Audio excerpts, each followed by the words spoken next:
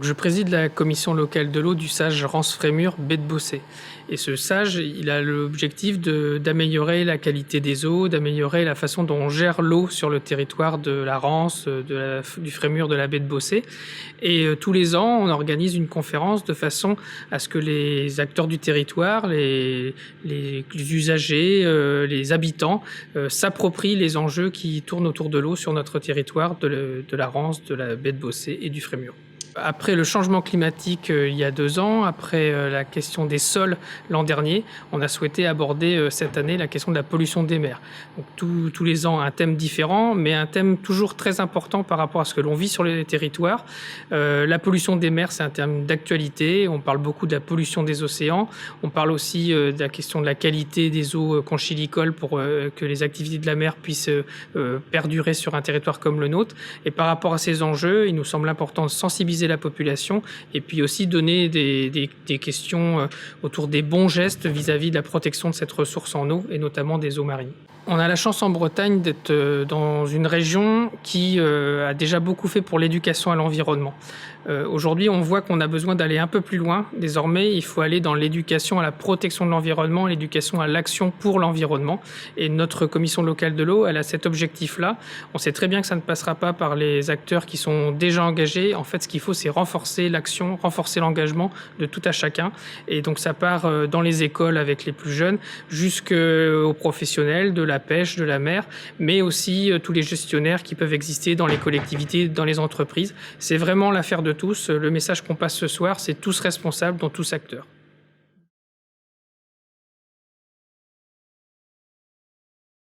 Bonsoir à toutes, bonsoir à tous. Je suis très heureux de vous accueillir ici à Saint-Lunaire pour cette conférence élaborée par le PTB Rance-Frémur baie de Bossé et la commission locale, la clé du SAGE.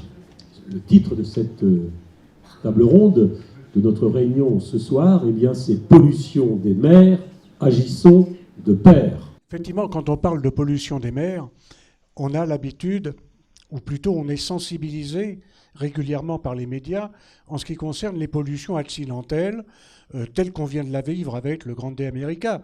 Ça frappe les imaginations, c'est quelque chose que l'on voit, il y a des reportages, il y a des caméras qui viennent nous faire voir les boulettes de gasoil ou de mazout sur les plages. Bon, tout ça, effectivement, c'est déplorable.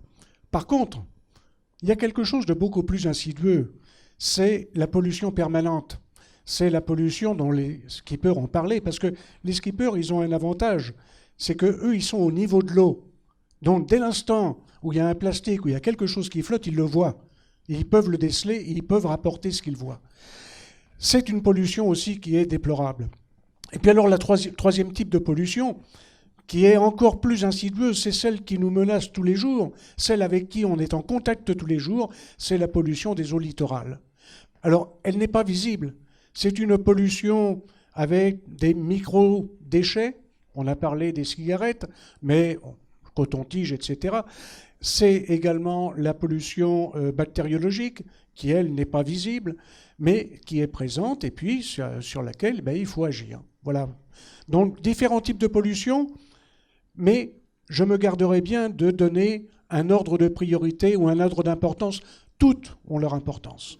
Alors moi, j'ai attrapé une otite à cause de la pollution liée au streptocoque fécaux sur un cours d'eau dans le Finistère Nord. J'ai pas pu aller surfer parce qu'il y avait un échouage de détonateurs sur les plages à proximité de ma maison. J'ai eu mes planches, mes combinaisons couvertes de mazout. Je me suis coupé les pieds avec des éclats de verre, des morceaux de plastique. Je me suis planté un éclat de microplastique sous la paupière. Il a fallu que j'aille chez le médecin l'enlever. Tout ça pour aller dans un endroit qui, moi, me paraît être naturel, être l'endroit où je me sens bien, et qui, au final, devient, par le fait d'action humaine, un endroit agressif, quand bien même l'océan peut avoir une forme d'agressivité, mais avec laquelle on joue et avec laquelle on peut être en harmonie. Mais là, on a des critères qui viennent perturber et dégrader notre terrain de jeu. Et ça nous pose particulièrement problème, oui. C'est des agréments assez gros, d'ailleurs assez importants. Est-ce que vous avez l'impression qu'ils s'atténuent plutôt plus on avance dans le temps ou au contraire qu'ils sont relativement récurrents ?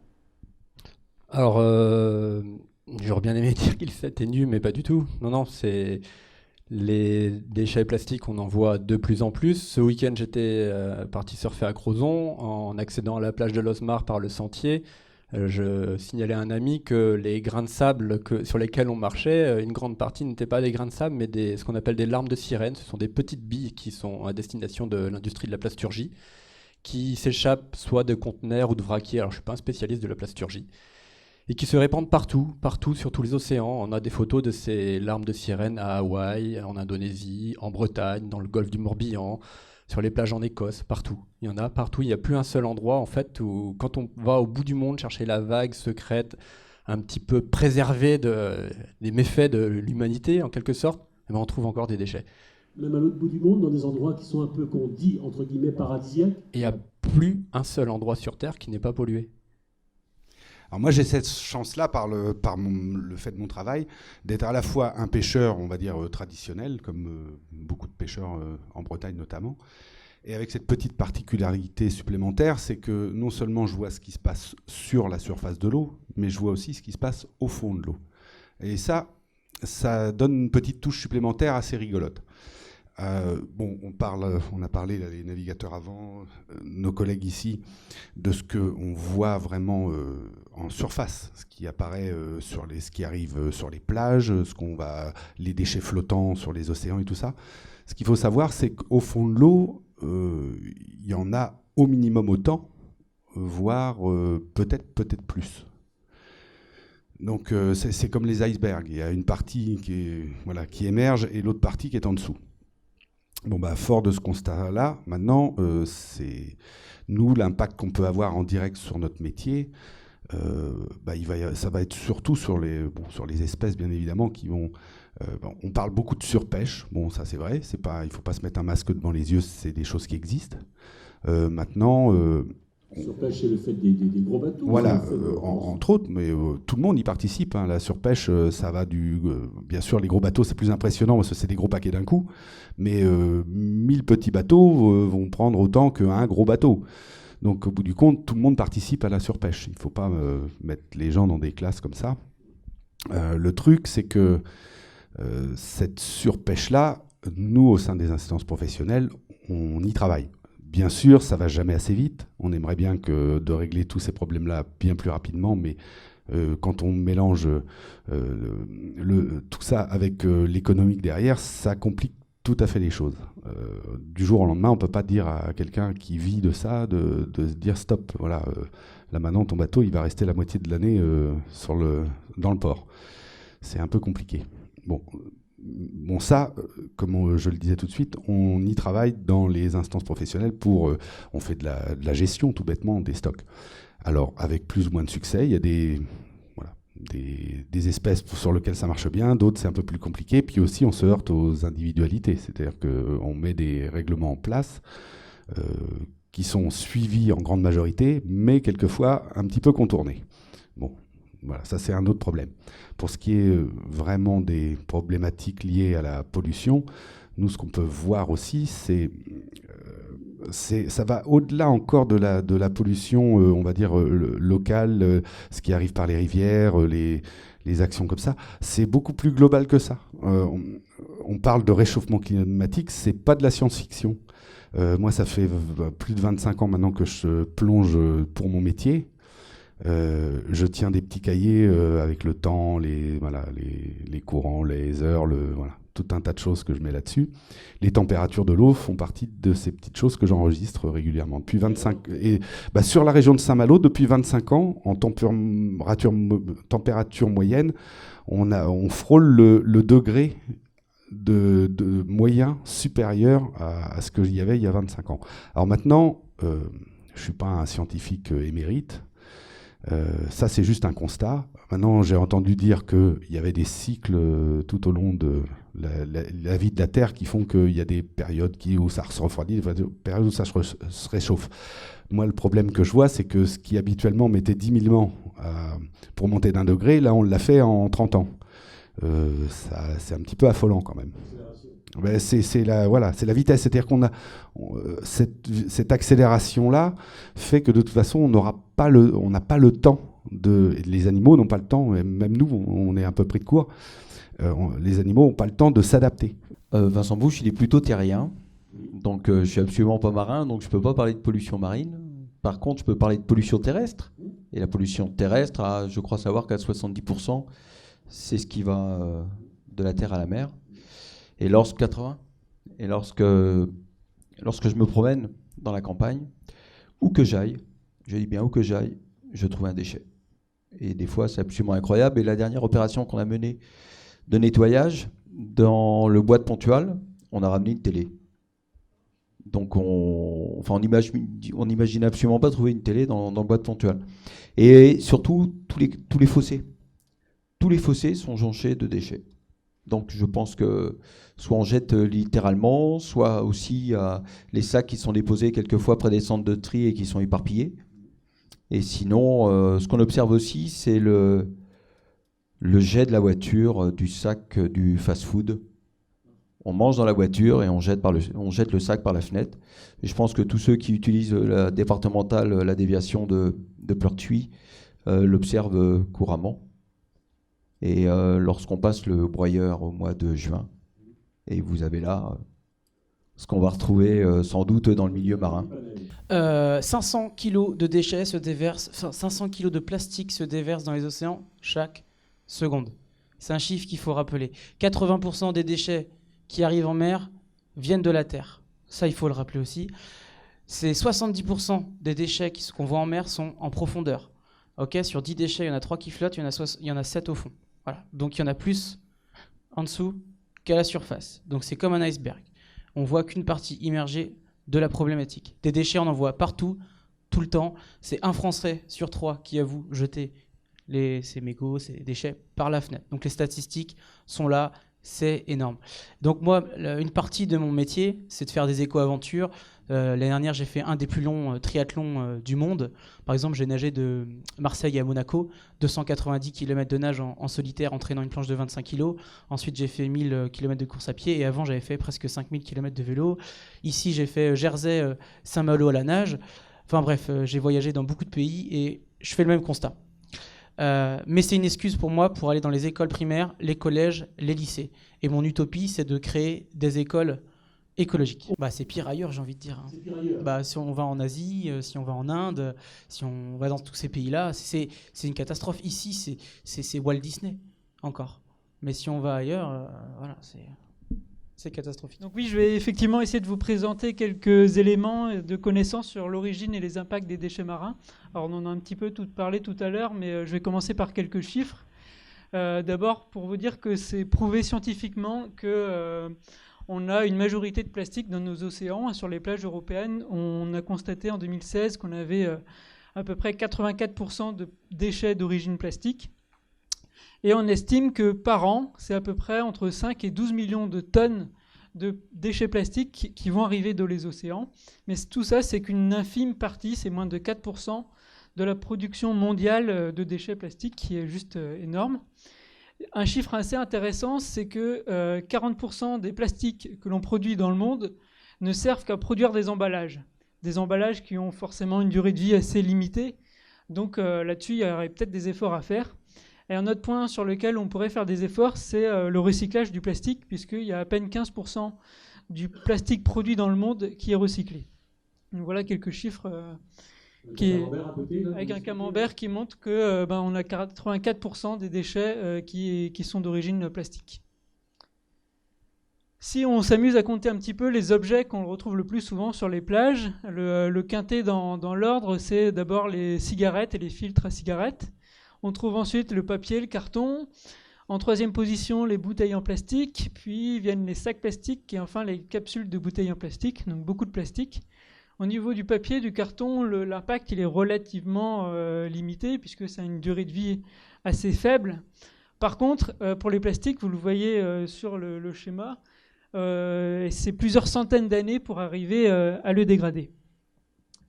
Et puis, on en a un tout petit peu parlé, il y a ces déchets plastiques qui sont non visibles, qu'on appelle les microplastiques. Donc c'est des fragments de plastique, des microplastiques qui font moins de 5 mm de diamètre, qui peuvent être liés à la dégradation des gros morceaux de plastique dont on a parlé tout à l'heure, Frédéric parlait aussi des larmes de sirène, donc ces granulés qui sont utilisés par la plasturgie. Ouais, c'est ça, ouais. C'est ces petites billes blanches là, qui peuvent être déversées accidentellement. On a aussi dans les cosmétiques des microbilles qui sont utilisées. À chaque fois que sur votre flacon de cosmétiques, vous voyez la mention polyéthylène, il y a des microplastiques là-dedans. C'est des microplastiques qui, après la douche, vont rejoindre les eaux usées et qui ne vont pas être forcément arrêtés par les stations d'épuration. Et puis, dans les vêtements synthétiques, il y a aussi des fibres de plastique. Donc, on a forcément un certain nombre de ces fibres dans la salle. Et on estime que quand on fait une machine à laver, c'est à peu près 1900 fibres de plastique qui vont être rejetées dans les eaux usées et après dans le milieu. Donc ça, c'est vraiment pour dire qu'on a tous une responsabilité collective sur cette pollution aux microplastiques. On l'a dit aussi, l'entrée principalement dans le milieu marin, elle se fait via les estuaires. Donc on a 80% des déchets d'origine terrestre qui vont, une fois qu'ils sont lâchés, vont être transportés par les vents, la pluie, vers la mer via les cours d'eau, les réseaux d'eau pluviale ou les réseaux d'eau usée. On a quand même 20% qui sont d'origine marine, à peu près la moitié qui sont abandonnés sur le rivage et l'autre moitié rejetés directement en mer. Donc là, ça montre vraiment l'importance du lien terre-mer. Et encore une fois, on a tous une responsabilité. Il n'y a pas uniquement les gens qui sont sur le littoral qui ont un impact. Rassurez-nous, c'est pas chez nous, ça, c'est tout de là. Non, c'est pas chez nous, c'est pas la Rance. D'accord. Donc, grosso modo, du plastique, on en a, comme on le disait, dans tous les océans, à tous les étages, du littoral jusqu'aux abysses, du fond jusqu'en surface. C'est du plastique qui est uniquement apporté par l'homme, et ça fait uniquement une centaine d'années qu'on en produit et qu'on en balance dans la mer.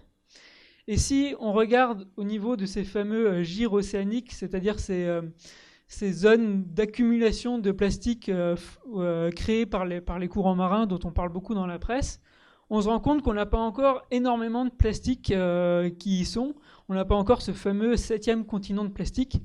Il y a des scientifiques qui y sont allés, et dans 1 mètre cube d'eau, ils y retrouvent en général à peu près 5 particules de microplastique.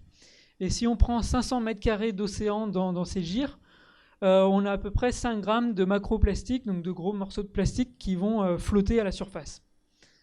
Plus proche de nous, si on regarde sur la rade de Brest, où il y a pas mal d'études sur les microplastiques qui ont été réalisées, on a à peu près 0,24 particules dans 1 mètre cube d'eau, donc dans 1000 litres, ce qui n'est pas négligeable. Et si on prend 1 kg de sédiments, donc de sable ou de vase, on a à peu près 1 particule de microplastique dans ce sédiment. Alors, au niveau des impacts écologiques, maintenant, alors il y a des impacts qui sont très célèbres, des photos très connues sur des grandes espèces. Donc, c'est assez diversifié, hein, mais on parle d'étranglement, de lésions de la peau, mais c'est aussi des plastiques qui peuvent être ingérés par les animaux. Dans ce cas-là, ça peut provoquer des lésions du système digestif, ça peut perturber la digestion, ça s'est prouvé scientifiquement. Et ça peut aussi donner une impression, si l'estomac de la bestiole est rempli de plastique, ça peut lui donner un sentiment de satiété, parce que ça ne lui donne pas envie de se nourrir, et du coup ça va l'affaiblir. Et là encore, c'est prouvé qu'il y a certaines espèces qui sont vraiment très concernées. En bas à droite, là, vous avez un superbe oiseau qui s'appelle le fulmar boréal. Il y a une étude qui a été réalisée en mer du Nord sur cette espèce, qui a montré que 95% des oiseaux avaient du plastique dans l'estomac. Et en moyenne, ils avaient 0,25 g de plastique dans leur estomac. Alors ça ne parle pas beaucoup, 0,25 g comme ça dans un estomac d'oiseau. Mais si on fait le rapport à l'homme, c'est comme si on avait 20 grammes en permanence dans notre estomac. Donc c'est pas négligeable. Et on peut imaginer les impacts que ça peut engendrer sur cette brave bête. Et puis, on parlait des microplastiques. Là, il y a de plus en plus d'études, donc c'est des études assez récentes, qui montrent leur toxicité chez les organismes.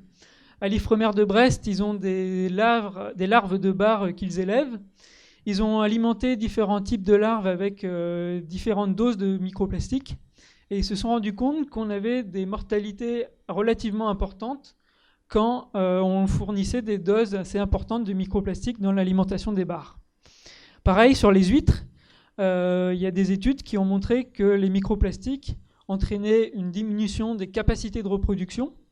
Et quand on soumettait une génération d'huîtres à des microplastiques, La génération suivante, donc, qui est sous forme de larve au début, comme présenté sur le diaporama, eh ben, elle va avoir sa croissance réduite. Donc ça affecte les autres générations.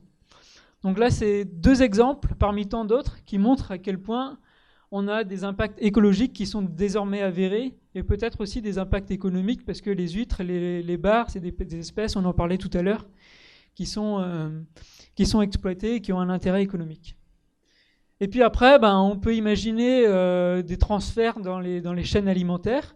Ça a été montré pour des invertébrés marins, par exemple des petits crabes, où il a été montré que les proies qu'ils consommaient étaient composées, il y avait du plastique dedans, et donc ces petits crabes accumulaient le plastique qui était dans leur proie. Et donc après, on peut imaginer des impacts sur l'homme, qui est le consommateur final.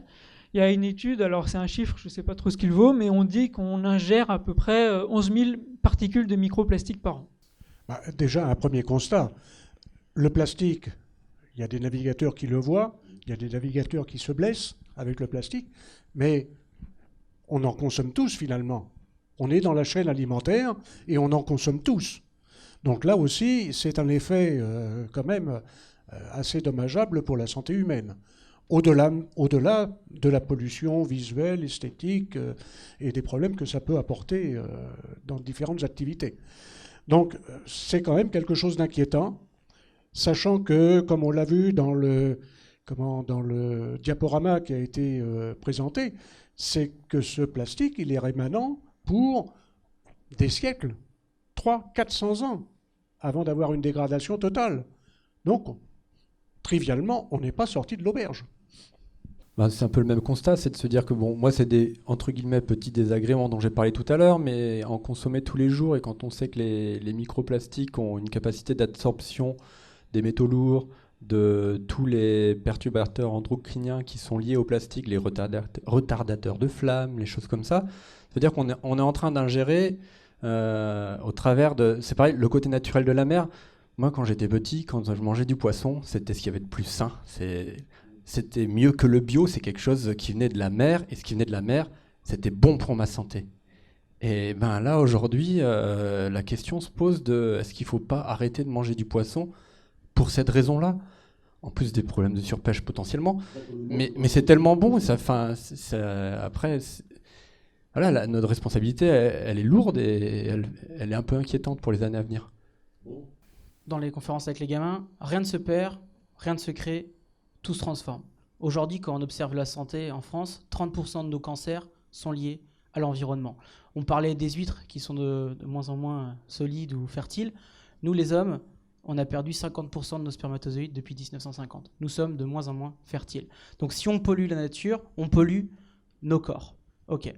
Après, sur les impacts écologiques sur l'océan, c'est un peu les impacts gentils encore.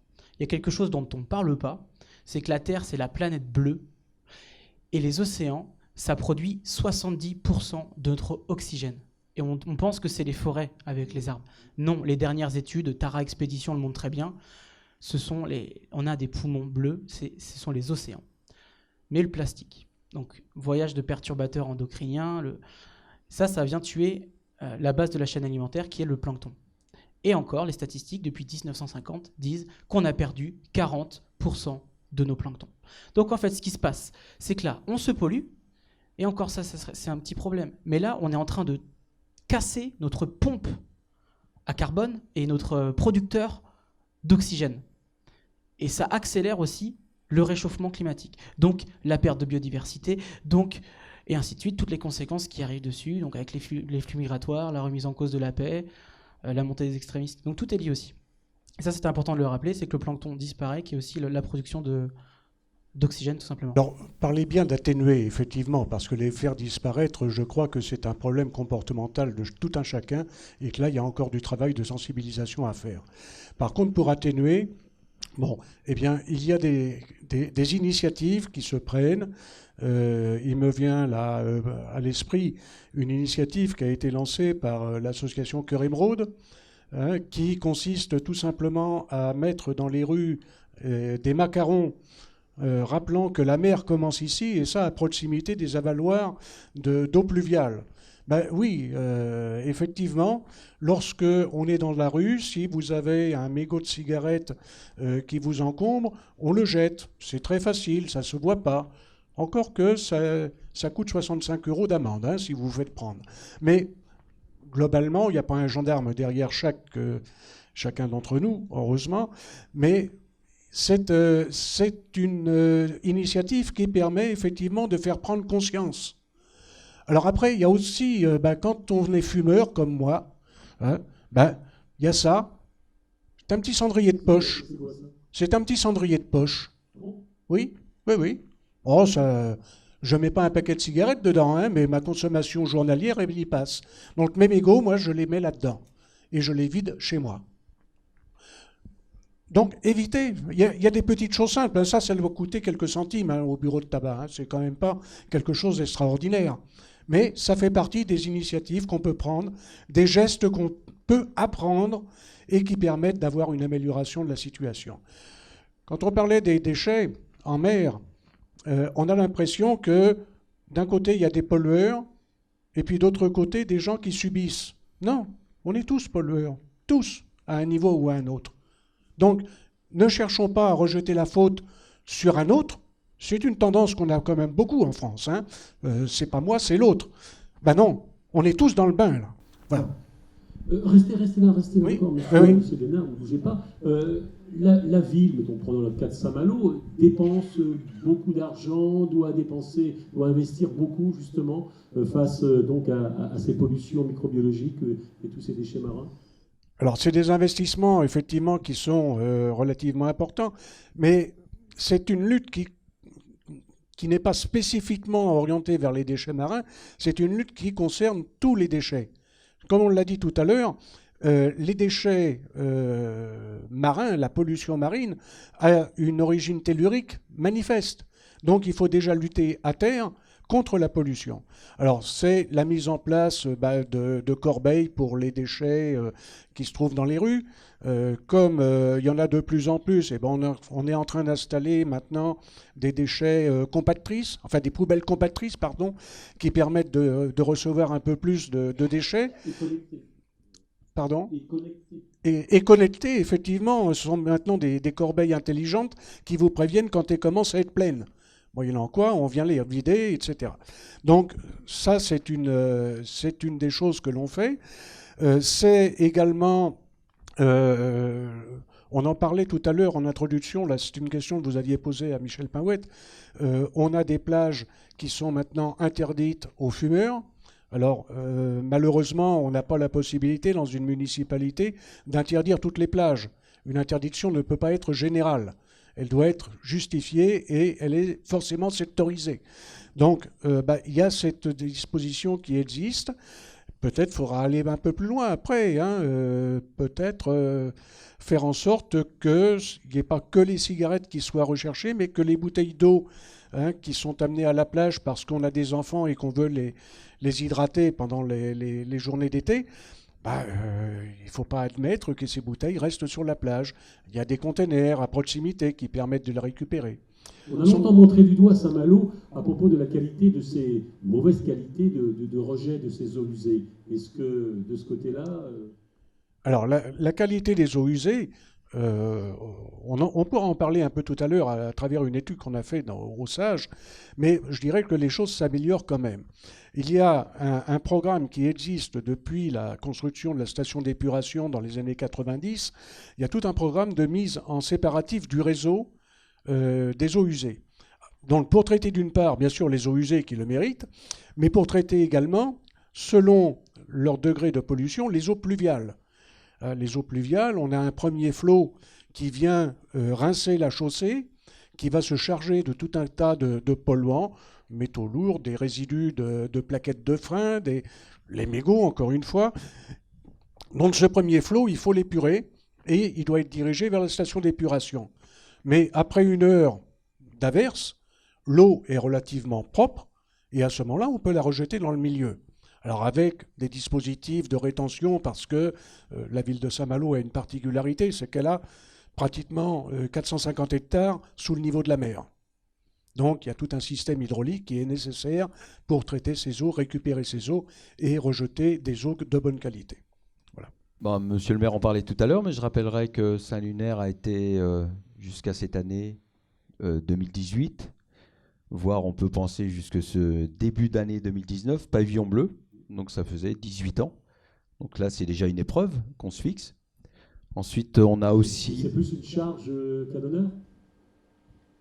Ah, c'est pas une charge, c'est un engagement. Moi, je trouve que c'est un engagement, c'est une volonté d'aller de l'avant et de montrer que... Voilà, de lancer une première action. C'était 18 ans, donc c'était déjà une première action. Aujourd'hui, on est ville nature, donc on a un peu changé parce que cette pollution terrestre, il faut aussi en parler. Donc je pense qu'à l'échelle du territoire, c'est un peu plus intéressant. On a aussi, et ça a été un lourd investissement, à l'entrée de la Grande Plage et du Goulet, des intercepteurs d'eau pluviale. C'est-à-dire que les premiers millimètres d'eau de pluie sont interceptés et envoyés directement à la station d'épuration. Et c'est généralement les plus pollués. Vous avez les hydrocarbures, tout ce qui est huile, essence. Vous avez aussi les mégots qui glissent, tout ce qui part très vite avec les premiers orages. Ces premières eaux sont emmenées directement. Donc c'était déjà la base des investissements lourds. Et puis on a alors aussi toutes ces étapes voilà, qu'on met sur le front du littoral. On avait lancé il y a 3 ans les bacs à marée pour que chacun puisse se responsabiliser. C'était pour les macro-déchets. On sait que sur Saint-Lunaire, on a aussi des personnes, des citoyens engagés qui chaque jour, lorsqu'ils vont sur la plage, ramassent. Oui, on a cité une personne tout à l'heure. Ramassent des déchets, communiquent aussi sur le sujet, donc c'est intéressant parce que ça montre l'exemple. Je connais d'autres personnes et c'est un citoyen qui nous avait proposé les bacs à marée en lui disant tiens, il y a peut-être une idée qui pourrait vous intéresser. Donc ces macro-déchets, alors c'est souvent du polystyrène, des cordages, des bouts de plastique, des choses comme ça. On a eu aussi une opération sur le mégot qu'on a démarré il y a 3 ans. Voilà, alors on les avait proposés aux paillotes, comme on a des paillotes sur nos plages. Et donc on leur avait demandé, voilà, on avait fait une photocopie d'un homard avec tous les mégots à l'intérieur. Voilà, pour sensibiliser. Moi je pense plus à la pédagogie que d'aller tout de suite pénaliser. Je pense que ça peut passer mieux. Et puis le message, lorsque vous l'affichez, notamment sur nos postes de secours, ça c'était dans le cadre du pavillon bleu, tout l'affichage. La S de mer, on ne la ramasse pas. On la laisse. Il n'y a pas de criblage des plages. Voilà, le côté naturel, le côté biodiversité. Les morceaux de bois, on ne les ramasse pas. Non, certaines personnes doivent s'en charger pour en faire des sculptures, donc voilà, mais c'est principalement, voilà, je pense que c'est tout à chacun. Et puis, eh bien aussi, on peut penser qu'en protégeant les milieux, donc on a acheté le bois de Pontual, 50 hectares, c'est la source du Crèvelin, qui est le petit fleuve qui se jette dans le Goulet, très proche. Donc en y prenant soin dès le départ, eh bien, je pense qu'on apporte là aussi une contribution. Donc il y a plein d'actions comme ça qui sont mises en place sur la commune. On se bat un petit peu tous les jours. La communauté de communes qui aujourd'hui met des containers semi-enterrés pour que les gens puissent mettre leurs ordures ménagères. Donc le quotidien, pas le tri, le quotidien. Et ça c'est important parce qu'on est quand même une commune touristique et de résidence secondaire. Et donc des fois on retrouvait ces fameux sacs qui passaient la nuit, qui étaient déchirés éventuellement et qui s'éparpillaient un peu à droite à gauche, soit par le vent, soit par les animaux. Donc aujourd'hui, c'est une autre possibilité, par le biais de la communauté de communes, de pouvoir là déposer son sac et que ce sac parte directement sans s'éparpiller dans la nature. Voilà, il y a plein d'actions. Je ne vais pas prendre tout le temps, mais de paroles. Mais... Allez-y, la parole est libre, vous avez le temps. Si vous avez d'autres actions, d'autres solutions, c'est toujours hyper. On parlait de Cœur tout à l'heure. Cœur Émeraude, l'action, la Journée mondiale des océans. On y participe. Et on est engagé cette année justement plutôt... Alors sur le littoral, on y est très souvent. Voilà, c'est vrai qu'on a ce réflexe à se promener sur le bord de mer, on a ce réflexe à éventuellement mener des actions, on en voit énormément, et très peu en campagne. Moi j'invite à aller en campagne, et Saint-Lunaire cette année, avec Cœur Émeraude, on s'est engagé à nettoyer toute la RD 64, donc c'est la route du pont. Voilà, on fera un appel, et puis on lancera aussi un appel citoyen. Pour ceux qui ne pourront pas venir pour cette journée, simplement devant chez soi. Il suffirait que chacun devant chez soi ramasse, dans sa rue, devant sa porte, sur son fossé, Voilà, il suffit de balayer devant chez soi, de ne pas attendre le tout de la collectivité. Ce petit geste, et on proposera à chacun d'en faire une photo et de nous l'envoyer pour faire le constat. Voilà, on fera le... Et ça, je pense que si chacun s'engageait à le faire un peu chaque jour, c'est encore moins de déchets qui partiront. Et puis à la journée mondiale, la semaine des alternatives aux pesticides qui vient de se terminer, avec Cœur Émeraude, et tous ces fameux pesticides, on est une commune du littoral, partez directement sur le littoral. On connaît l'impact sur toute la flore terrestre, mais on a aussi un impact sur toute la flore algale, et c'est conséquent. Alors, moi, on m'avait posé la question une fois, est-ce que je pensais qu'en se promenant et en ramassant un déchet, on allait régler le problème. C'était un journaliste et je lui avais dit non. Non. Par contre, quand on commence à ramasser des déchets et qu'on reconnaît les déchets qu'on ramasse et que ces déchets sont des produits de consommation de tous les jours, tout à l'heure, on n'a pas voulu le nommer le fast-food, mais il faut le nommer, ça s'appelle McDonald's, mais aussi Coca-Cola. Il y a un moment, il faut nommer ces sociétés. L'industrie, elle fera les choses que ses clients veulent. Si ces clients ne veulent plus consommer des produits suremballés, eh ben, elle produira des produits moins emballés. Et c'est très facile pour commencer sur le secteur. On a la chance, on a une AMAP, on a aussi des fermes qui vendent en direct. Alors il faut un petit peu plus de temps. Par contre, on rencontre des gens très sympathiques. Donc en plus, on fait de l'échange humain, c'est super. On réinjecte de l'argent en local et on a des produits de meilleure qualité. On peut les acheter en vrac. C'est une démarche qui s'appelle la démarche presque zéro déchet également, qui incite en fait à acheter un maximum en vrac dans des récipients réutilisables. Alors moi-même, je suis pas zéro déchet. Je suis même pas presque zéro déchet, mais j'essaye de faire cet effort le plus souvent possible. Et petit à petit, en fait, on y vient et on y va doucement. Parce qu'il faut pas aller voir les gens et leur dire tout ce que vous faites, c'est mal. On est tous responsables, oui. Et puis le constat, il est catastrophique. Vous culpabilisez les générations qui vous précédaient en disant qu'ils n'ont pas eu tout bon à la compo et que nous, on est un peu plus vertueux. Alors ça, j'ai déjà entendu dire que la génération de mes parents était responsable de la pollution. Ça me rend complètement dingue parce que la génération de mes parents n'est jamais partie faire du surf en Indonésie. Moi, si. Donc il y a un moment, tous responsables, il faut commencer par sa propre responsabilité. Une balade, un déchet, c'est un groupe que j'ai monté il y a un peu plus d'une dizaine d'années, justement par rapport à cette pollution qui s'échoue sur le littoral. Et par habitude, moi j'allais voir la mer, des fois il n'y avait pas de vagues, et pour rentabiliser cet aller-retour à la mer, culpabilité oblige sur le bilan carbone d'un aller-retour pour rien, j'avais commencé à ramasser 2-3 déchets. Puis parfois j'étais pas disponible pour les nettoyages de plage organisés par la Survivor Foundation, qui est souvent très active sur le sujet. Je m'étais dit qu'est-ce que je peux faire, donc je ramassais quelques déchets. Et puis je voyais que en sortie de plage, il y avait des tas de déchets. À l'époque, il n'y avait pas encore de bac à marée. Et je me suis dit, ça serait bien de mettre en avant ce geste que beaucoup d'anonymes font. Et c'est pour ça, c'est pareil, bon, c'est moi qui suis là, mais je parle juste en mon nom. Mais il y a beaucoup plus de gens qui font additionner beaucoup plus de choses que ce que je fais moi. C'est vraiment tous ces anonymes qui finalement agissent au jour le jour pour protéger la nature et pour nettoyer ces plages qu'on aime tant. Et l'intérêt aussi du bac à marée et du tas de déchets en sortie, c'était aussi la visibilité et voir ce qu'on fait, ce que notre manière de consommer aujourd'hui entraîne sur la planète qu'on aime tant. Les vagues, ça se forme loin de chez nous, dans les dépressions, au sud de l'Islande. Et les vagues, elles sont toutes désordonnées, soufflées par le vent dans tous les sens. Et ensuite, il y a ce qu'on appelle la zone de Fetch, où toutes ces vagues désordonnées vont venir s'accumuler les unes aux autres, se ranger pour former la houle, la belle houle qui forme les belles vagues qu'on va aller surfer nous. Les vagues, le collectif, c'est un peu comme cette zone de Fetch, c'est-à-dire qu'il y a énormément de gens qui ont envie de faire des choses, qui ont des compétences, des capacités, des idées, ou parfois pas d'idées, mais juste des envies. Et en fait, l'idée du collectif, c'est de regrouper toute cette énergie pour qu'elle s'ordonne d'elle-même, pour finir par former une belle houle et des belles vagues, et du coup gagner en efficacité. Je fais du lobbying, tout simplement. Par rapport à ce que vous disiez, monsieur, il faut responsabiliser les gens. Il faut amener les gens à être éco-responsables, à faire des éco-gestes, #tous responsables. Ce discours, il faut faire vachement attention parce que ça fait le jeu des lobbyistes.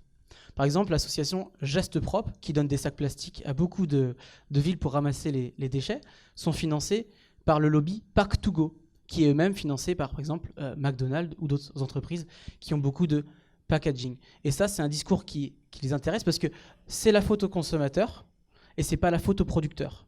Donc aujourd'hui, si on veut vraiment défendre la planète, c'est très bien de ramasser les déchets sur la plage, de le ramasser dans les fossés, mais il faut qu'on dise que les producteurs sont responsables. Par exemple, on ramasse souvent des bouteilles en plastique sur les plages. Bah, chaque minute, dans le monde, on en vend 1 million. En France, on ne recycle que 25% de nos bouteilles. Et pourtant, on est en France, quoi. C'est-à-dire que 65%, elles sont enfouies ou brûlées. Donc déjà, le recyclage, on voit bien que ce n'est pas la solution. Je le répète, le meilleur des déchets, c'est celui que l'on ne produit pas. Donc les déchets dans la nature, il n'y a pas que le consommateur, l'acheteur qui est responsable, c'est aussi le producteur. Et ça, il faut le montrer du doigt, il faut le dénoncer. Parce qu'il y a des entreprises qui sont très puissantes, avec beaucoup de lobbying. Et j'ai fait face à ces lobbyistes. Avec Adèle, Mathilde et Clémence, qui sont des petites élèves de Kérénot, perdues dans le Finistère, elles ont remarqué que sur leur plage, il y avait des déchets plastiques, dont des bouteilles. Elles ont dit « Oh Julien, tu nous as dit que le meilleur des déchets, c'est celui que l'on ne crée pas. » Et puis dans notre cantine scolaire, il y en a tous les jours à la cantine. Alors elles ont fait le calcul, et elles en utilisaient 4725 bouteilles par an. Elles se sont dit... Bonne leçon de mathématiques. Bonne leçon de mathématiques. Mais c'est une toute petite école. Et il y avait déjà presque 5000 bouteilles en plastique. Donc elles se sont dit, on n'en a pas forcément besoin, on peut prendre l'eau du robinet, et puis si on trouve l'eau du robinet qui n'est pas bon, c'est du calcaire, on met un adoucisseur, on met un filtre. Elles sont allées voir le maire de la ville, elles ont mis un adoucisseur, elles ont mis une fontaine à eau, plus de bouteilles en plastique. Il faut savoir qu'il y a beaucoup d'écoles en France qui consomment encore des bouteilles en plastique, d'accord. Et avec ces élèves, je les emmène à l'Assemblée nationale, donc dans notre maison, parce que c'est chez nous. C'est ce que j'explique aux enfants, c'est qu'ils sont citoyens, que la loi, ils peuvent l'imaginer, ils peuvent la défendre. Et donc Adèle, Mathilde et Clémence, elles ont fait une proposition en début 2017.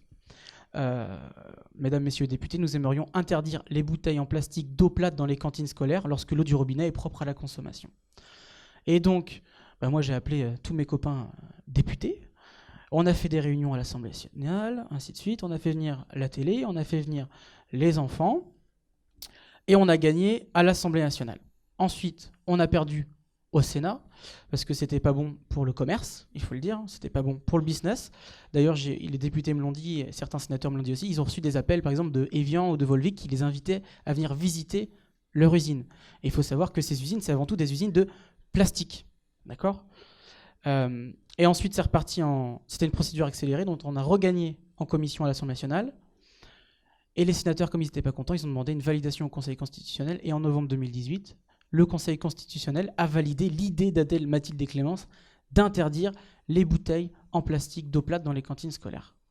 Donc ça, c'est gagné. Et ça, c'est de l'impact. Ça sera des déchets qui n'auront pas besoin de ramasser sur la plage. Donc il faut qu'on monte du doigt les producteurs qui ont des intérêts économiques. Par exemple, au niveau de l'Europe, là, on a entériné... l'interdiction de production des objets en plastique à usage unique, les assiettes, les couverts, ça, on a gagné. Mais on a rajouté les bouteilles en plastique. D'ailleurs, c'était un amendement d'appel, c'est-à-dire que c'est en supplément. Si on n'avait pas fait ces actions-là, ça ne serait pas dans la loi. Donc voilà, c'est important de faire du lobbying éco-citoyen et de remettre en cause les intérêts des industriels aussi. Ça, c'est important de le dire.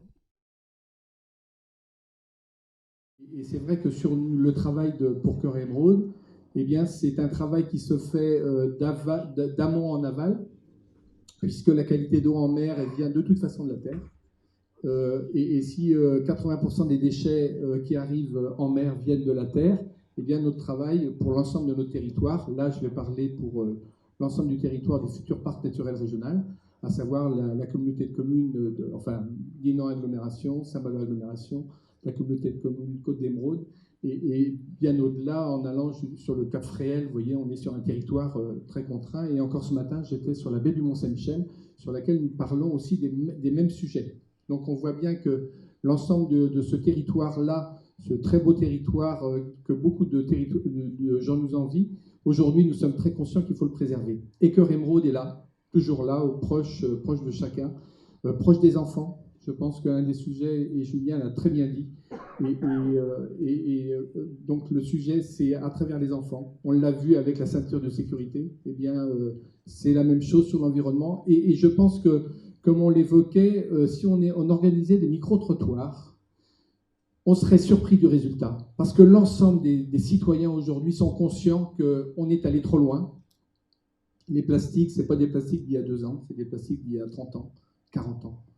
Ce qu'on retrouve en mer, c'est souvent aussi des vieux pneus, c'est souvent aussi tout ce que la mer était un déchet. Rappelez-vous que avant que la plage devienne une destination touristique, on y mettait plutôt ce qu'on ne voulait pas en terre. Et depuis 100 ans à peu près, on a pris en conscience que la mer avait un enjeu.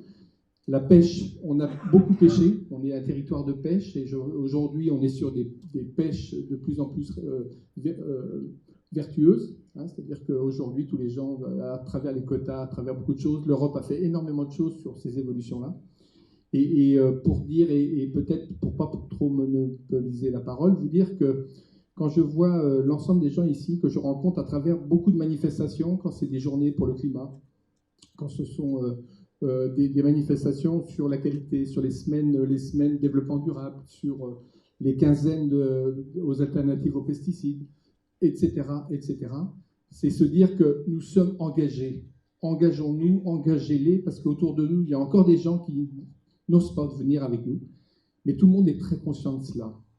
On a, au sein du SAGE, on a réalisé l'an dernier une étude, en fait un profil de vulnérabilité conquilicole. C'est un profil qui a été initié parce qu'il y a 2 ans, on avait eu une alerte assez sévère de la part des services de l'État, et le risque était de voir déclasser des zones de production conquilicole, donc avec un impact économique important sur la profession, sur les professions maritimes. Alors, la première constatation, c'est que on a globalement des stations d'épuration qui fonctionnent relativement bien. Je dis relativement bien parce que tout n'est pas parfait dans ce monde. Il y a encore des sources de pollution qui existent. Et pour être tout à fait transparent, je dirais qu'il y en a une également du côté de Saint-Malo, c'est-à-dire en fait l'émissaire du Routoin de Saint-Malo. Donc vous voyez, je n'exclus pas du tout, moi, les responsabilités qui peuvent revenir sur les différentes communes. Il y a effectivement les stations d'épuration, mais curieusement, il y a aussi d'autres sources de contamination bactériologique. C'est quelquefois des mauvaises connexions, des mauvais raccordements sur les réseaux. On a des communes avec des réseaux séparatifs, donc un réseau pour les eaux pluviales et un réseau pour les eaux usées. Bon, ben, si on n'est pas connecté sur le bon réseau, eh ben, on va renvoyer à la mer des eaux usées qui sont polluées. Et ça a été mis en évidence dans certains secteurs, avec d'ailleurs, je dirais, une action curative qui a été extrêmement rapide, notamment à Saint-Briac, où on a détecté des branchements qui n'étaient pas conformes, et la mairie a réagi immédiatement, avant même d'ailleurs qu'on ait terminé l'étude. Donc ça a été une réaction très rapide, et je crois qu'on peut les féliciter pour ça. Donc il y a cette question de raccordement sur les eaux, sur les bons réseaux. Et puis alors après, il y a toutes les pollutions également bactériologiques qui appartiennent à la vie de tous les jours. Alors là encore, on va retrouver quoi ? On va retrouver, on parle beaucoup des camping-cars qui s'installent un peu n'importe où et qui vidangent quelquefois n'importe où. Je ne dis pas que tous le font, je dis qu'il y en a un certain nombre qui prennent des aises avec la vidange des caisses de leur camping-car. Ça existe. Il y a également les plaisanciers.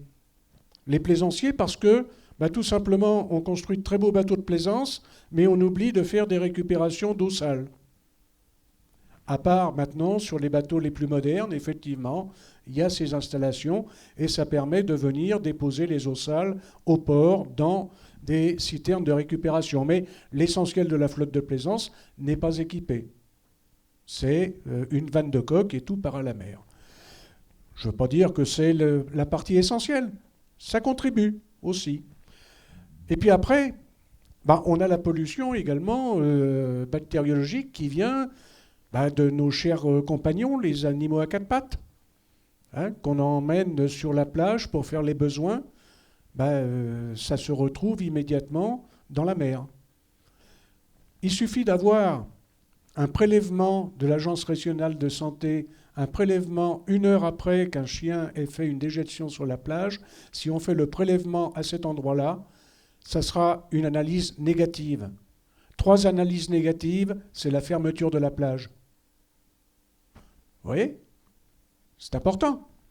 Alors effectivement, donc les chiens, mais pas seulement sur la plage, d'ailleurs les chiens également sur l'espace public, parce qu'il suffit d'avoir une averse et tout ça repart allègrement à l'eau.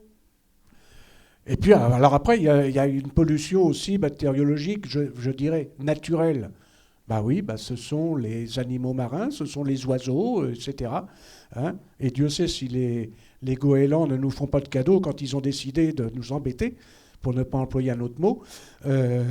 Bah eux aussi, ils y contribuent. Mais là, je dirais que c'est l'expression de la nature. Hein. Mais au-delà de ça, on a quand même, sur cette pollution bactériologique, qui ne se voit pas, c'est quand même excessivement important parce qu'on a des gens qui travaillent et qui risquent de ne plus pouvoir travailler demain si les zones conchilicoles sont fermées. Alors, au SAGE, on a fait donc ce profil de vulnérabilité conchilicole. C'est un état des lieux, c'est un diagnostic, mais ça ne suffit pas. Et maintenant, ce que l'on a en charge, c'est de faire régulièrement, chaque année, un bilan, une réactualisation de nos observations pour voir si on a progressé dans le bon sens ou si au contraire on a des détériorations. Et on aura au sein du SAGE cette réflexion, ce suivi de la qualité bactériologique des eaux. Moi je pense à l'éducation à l'environnement. On en parle, mais je pense qu'elle n'est pas assez prégnante et qu'elle doit être... Ce devrait être une matière, mais même avant l'école. Avant l'école, c'est-à-dire avant même que l'enfant rentre en primaire, dès la maternelle, l'imbiber de son milieu. Je pense qu'on défendra, on ne respectera que ce qu'on connaît le mieux. Et bien connaître son milieu, son environnement, et je trouve qu'il y a une déconnexion à ce niveau-là. Et certaines associations aujourd'hui le disent, des psychologues aussi disent qu'on est trop déconnecté par rapport à notre milieu. Et je pense que ça, on devrait bien réfléchir à ça. On parlait du parc naturel régional. Je pense que là, on peut avoir un outil de pédagogie sur une échelle du territoire qui est quand même assez conséquente. Donc l'éducation à l'environnement. Alors, j'ose penser que nous, ça devrait venir assez vite. Mais un enfant a besoin de connaître le milieu dans lequel il va évoluer. Et je pense que là, alors on a la chance d'avoir un littoral. Si je prends Saint-Lunaire, on a une belle campagne. Voilà, donc on a vraiment tout pour faire une belle éducation à la nature.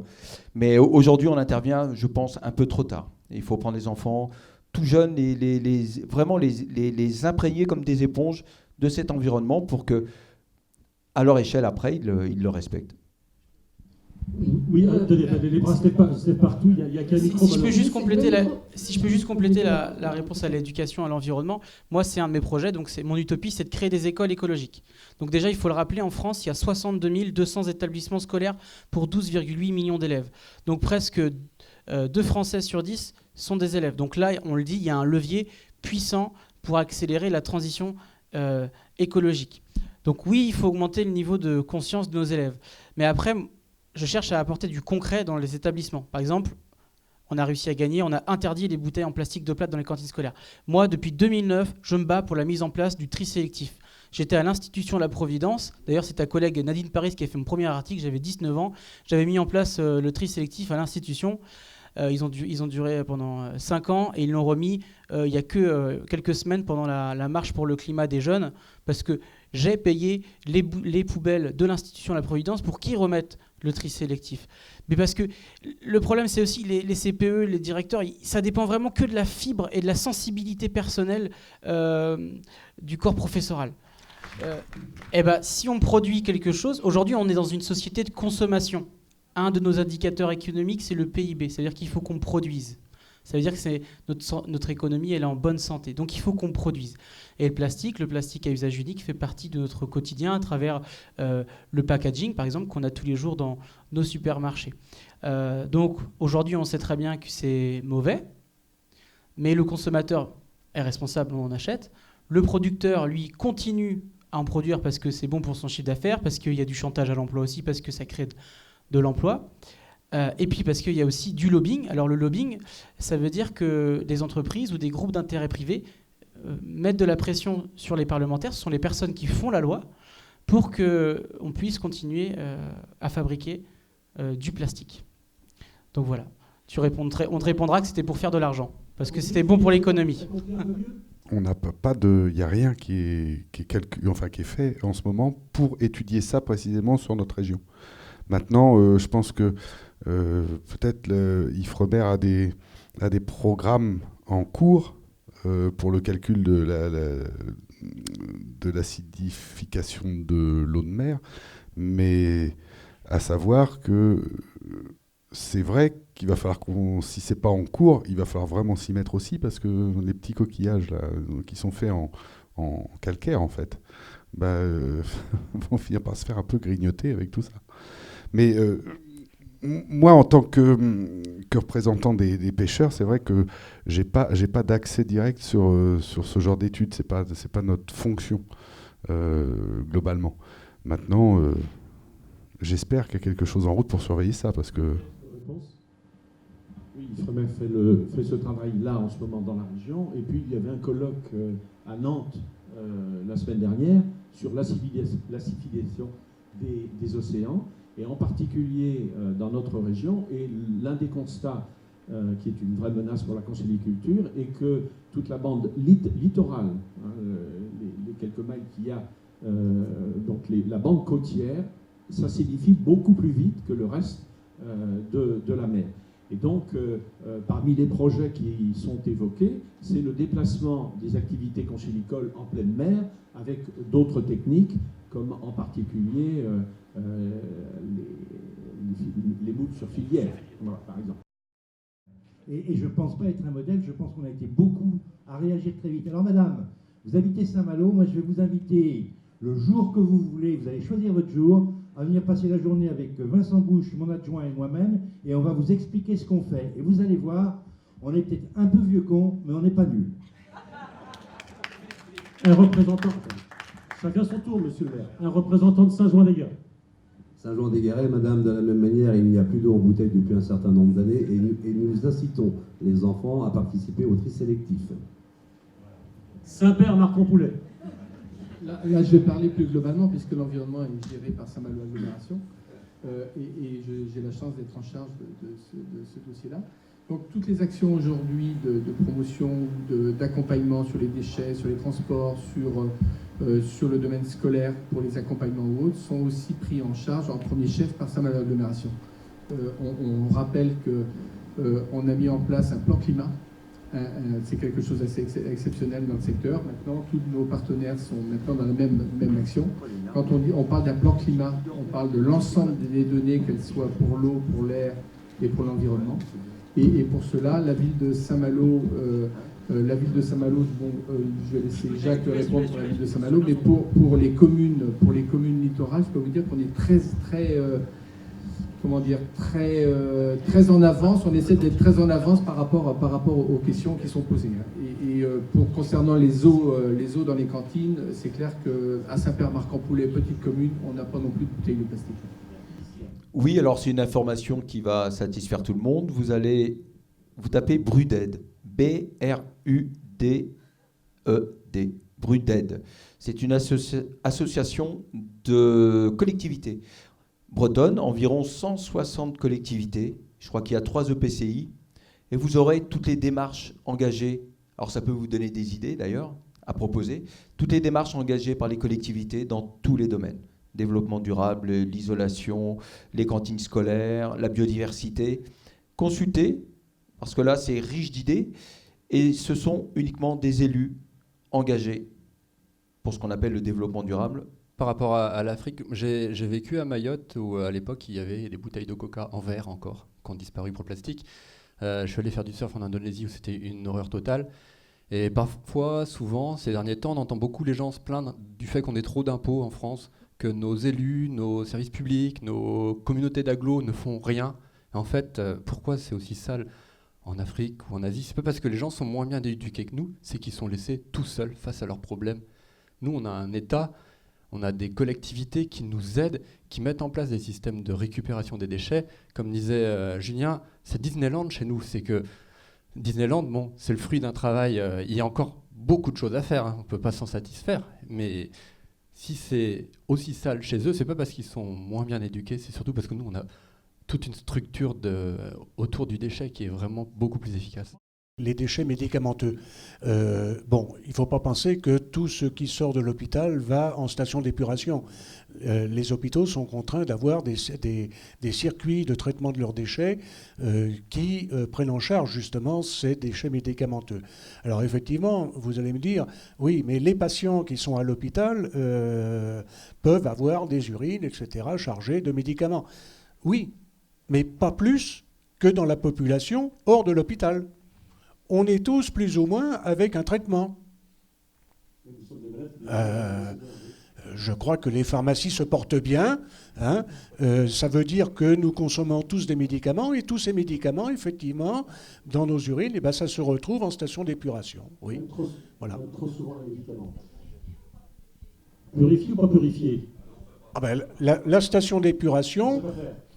Non, les stations d'épuration ne savent pas purifier tous les polluants, tous les contenants, toutes les pollutions de l'eau. On va traiter les effluents, on va épurer l'eau, mais on ne va pas la rendre potable, en quelque sorte.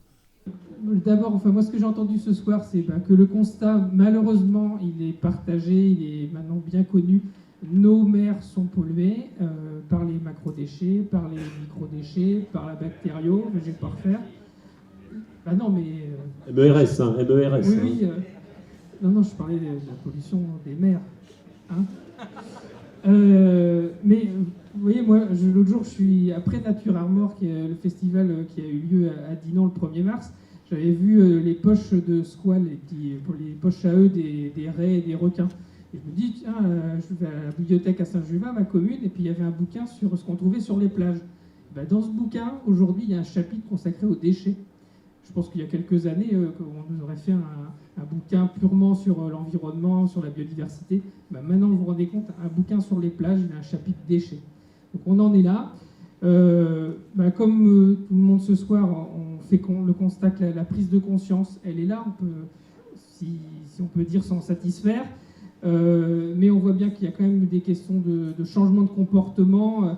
Alors on a parlé de pédagogie, d'éducation à l'environnement. On sait très bien que ça va commencer par là. Je pense qu'il faut aussi qu'on prenne conscience que c'est pas qu'une question de comportement, mais c'est bien une question de modèle de société et de modèle économique. Ça a été dit à de nombreuses reprises par les différents intervenants et puis par certaines personnes dans la salle. En fait, il y a bien un modèle économique à repenser. Il ne faut pas que ce soit le business qui nous gouverne, mais que ce soit bien nous qui prenions les décisions qui nous permettront d'éviter ces pollutions. Et donc c'est vraiment une question, à mon avis, de changement global de notre société pour que le déchet ne soit plus une conséquence, pour que le déchet tout simplement n'existe plus, qu'on n'ait bien que des ressources à valoriser. Derrière cette prise de conscience, cette information, c'est un peu ce qu'on a voulu faire ce soir. Il faut bien sûr analyser, il ne faut pas écouter tout ce qu'on nous raconte non plus, il faut que chacun se fasse sa conviction après avoir fait sa prise de conscience. Mais derrière, ce qui compte, c'est bien de réagir, de faire réagir. Et donc c'est un peu le message qu'on voulait vous faire passer ce soir. Certes, tout à l'heure c'était marqué tous responsables, mais on est aussi tous acteurs. Moi, ce que je souhaite, c'est qu'on ne soit pas justement dans la société qu'on veut nous imposer, où on nous renvoie souvent à un comportement individuel, à notre statut d'individu, alors qu'on voit bien ce soir, les solutions, elles sont collectives. Elles sont celles des collectivités. Quand tout à l'heure, mes collègues maires ont réagi, on a bien montré que les collectivités, elles étaient à l'action.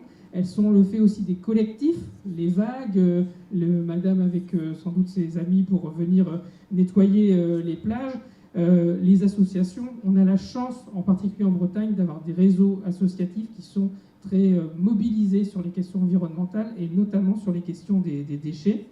Et donc derrière tout ça, le collectif, c'est certes les collectivités, les associations, les collectifs, mais c'est d'abord un engagement citoyen qu'il nous faut développer au niveau local et au niveau international. Nous ne sommes pas tout seuls sur la planète. À chaque fois, il faut bien qu'on ait aussi cette entrée-là. Et la commission locale de l'eau que je préside, elle vise aussi, pour toutes les questions qui tournent autour de l'eau sur notre territoire, à toujours avoir cette méthode de bien informer, de bien analyser et de porter vers l'action.